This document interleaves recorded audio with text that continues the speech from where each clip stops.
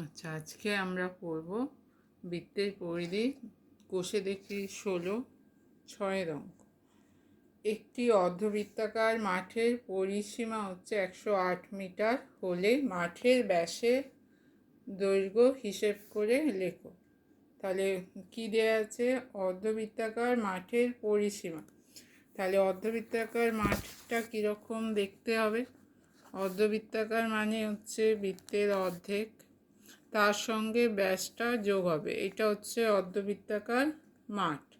এবার এর পরিসীমা মানে এই চারিদিকে দৈর্ঘ্য, ব্যাসের এটা হচ্ছে বৃত্তের ব্যাস, তাহলে এটা হচ্ছে 2r, এর দৈর্ঘ্য 2r, এই অর্ধেক অংশের দৈর্ঘ্য হবে πr। তাহলে অর্ধবৃত্তাকার মাঠের পরিসীমা হচ্ছে πr প্লাস 2r। অর্ধবৃত্তাকার মাঠের পরিসীমা, অর্ধবৃত্ত মানে হচ্ছে ব্যাস বরাবর বৃত্তটাকে অর্ধেক যদি করা হয় তাহলে আমরা বৃত্তকে দুটো সমান অংশে ভাগ হবে, সেই প্রত্যেকটা অংশকে বলা হবে অর্ধেক। তাহলে অর্ধবৃত্তের মধ্যে কি থাকবে? বৃত্তের পরিধির অর্ধেক থাকবে এবং ব্যাস থাকবে।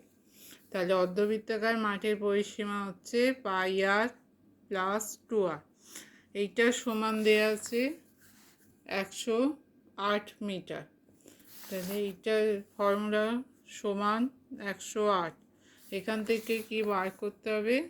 মাঠের ব্যাসের দৈর্ঘ্য মানে 2r বার করতে হবে। তাহলে এখান থেকে আর কমন যাবে, পাই প্লাস 2 সমান 108। আর পাইয়ের মান কত? 22/7 প্লাস 2 সমান হচ্ছে 108।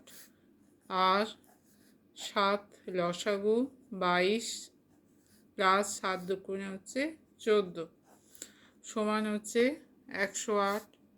আর গুণিতক 36, 22 14 যোগ করে হচ্ছে 36/7 সমান হচ্ছে 108। আর সমান হবে 108, এই 7টা উপরে যাবে, 36টা তলায় নামবে, 36 দিয়ে 108কে কাটলে হবে 3, তাই 3 সাথে হচ্ছে 21। তাহলে ব্যাসার্ধের মান হচ্ছে 21। তাহলে ব্যাসের দৈর্ঘ্য কত হবে? ব্যাসের দৈর্ঘ্য হবে ব্যাস সমান 2r, 2 গুণিতক 21 মিটার সমান হচ্ছে 42 মিটার। তাহলে ব্যাসের দৈর্ঘ্য হয়ে যাবে 42 মিটার।